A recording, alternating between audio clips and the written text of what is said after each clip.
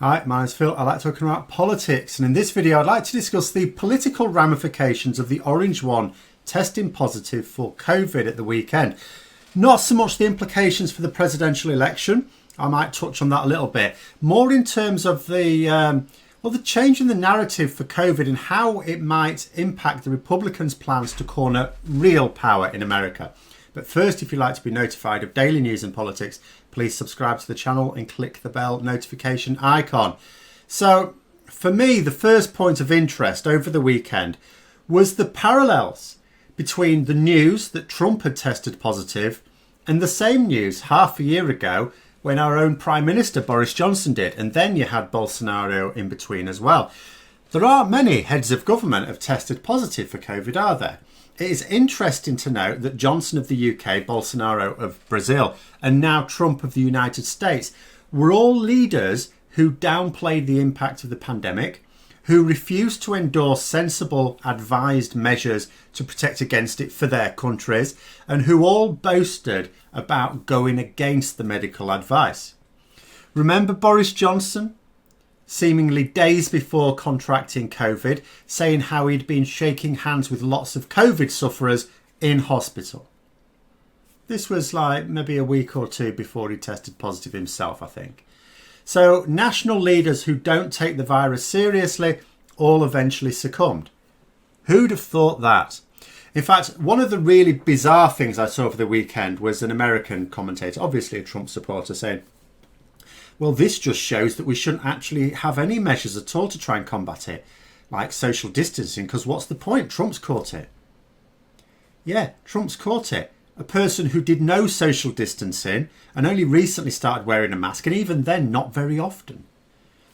Absolutely ridiculous. Then there were other parallels as well. So when the news came out that Trump had tested positive, there were predominantly two reactions from people you would call his political opponents. The first is that people just didn't believe it. It's the same with Boris Johnson, wasn't it? You know, when Boris Johnson tested positive, people were going, I don't know, this will be a lie, won't it? And you can understand how people might think that because, you know, oh, well, this would be convenient because it's convenient. It draws flack away from their mishandling of the whole situation. You know, also both Donald Trump and Boris Johnson are terrible lie. Really, sometimes they even lie when they don't have to. They don't even just lie for political reasons. Sometimes they just lie because they can. And you know, the distraction in the media was welcome. So therefore people think, well, there must be something behind this. The second reaction, much more distasteful reaction, was of grim satisfaction.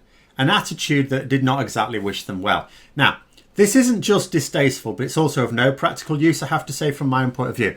Because I would say, if you are opposed to Boris Johnson or Donald Trump, or both, I would have thought you're ultimately opposed to them because they are inhuman monsters. You oppose them because you have some regard for your fellow human beings, and these people stand only to harm humanity. As such, why would you wish them ill? Why? But there's also a practical element here.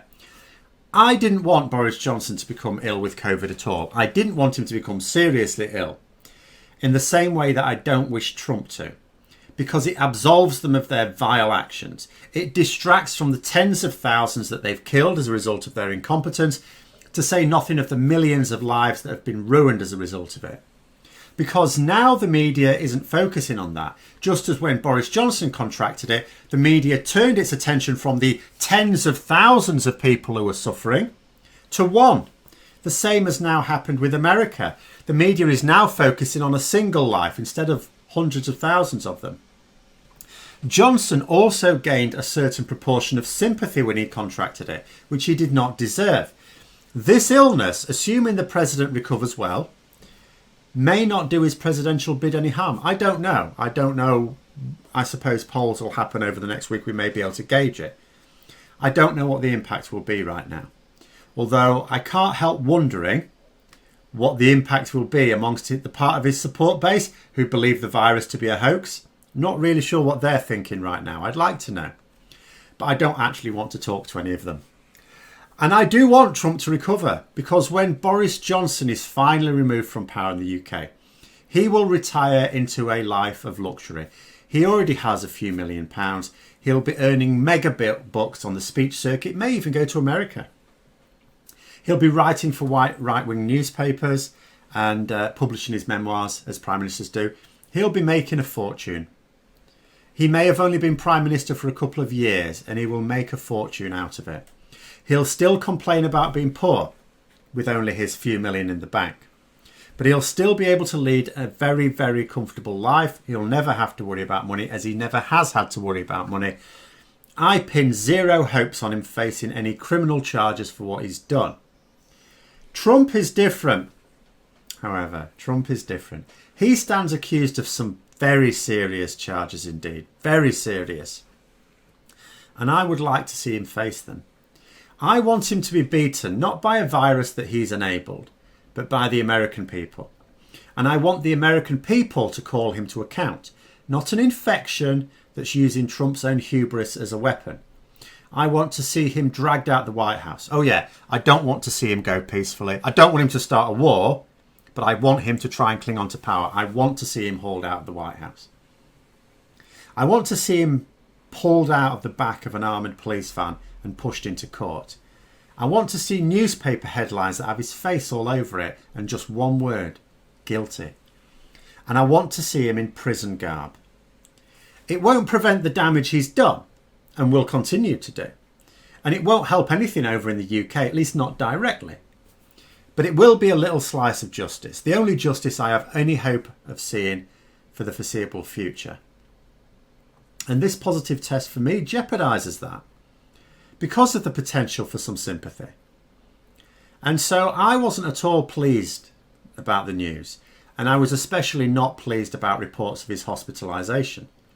But assuming he makes the recovery, that I hope he does, and I hope it's a quick recovery, there could still be a silver lining to all this, because we cannot know when or where or how exactly he contracted the virus. There's so many possibilities when you live your life as he has. But a hell of a lot of people seem to have tested positive who attended a Rose Garden event to announce Trump's pick for the Supreme Court. A pick that would see the Republicans gain a 6-3 dominance lasting for years.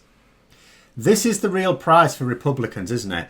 They can lose the White House. It alternates regularly anyway. It switches sides quite often. They can even lose Congress. That might be a bigger blow. But by having the Supreme Court, they have a power base that no election can take away from them. And they were all set to rush through this appointment before the election. Of course, if Trump wins anyway, then that fight is definitely lost. I mean, America is potentially lost at that point.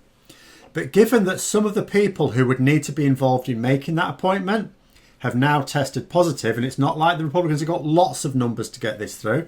They've got enough, but not lots. Maybe there's a chance that that can now be pushed through much later on. They can't make it maybe for November the 3rd. Now let's say it can't, and that Biden wins the presidency. Surely at that point, even Republicans will not be able to force it through, knowing full well that Biden's going to be president in January. I don't know. Not nearly knowledgeable enough about the process. But I would hope that if it can be stopped for another 4 weeks, then it can be stopped. Assuming Biden wins, of course. And I don't want to take that result for granted, like I've said before, in a way that other people seem to be doing. But that, for me, is the only real positive thing to have come out of this, quite frankly. And that's assuming that it is even a positive thing.